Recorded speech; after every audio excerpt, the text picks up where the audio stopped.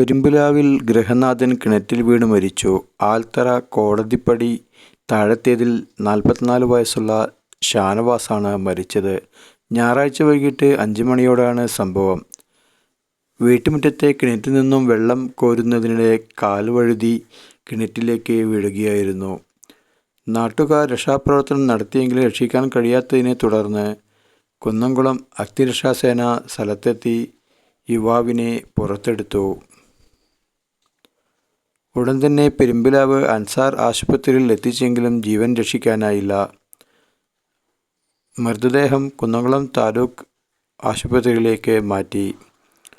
Kunnamkulam police മേൽനടപടികൾ സ്വീകരിച്ചു. ഫൗസിയാണ് ഭാര്യ. മക്കൾ ബിലാൽ, ബാസിൽ.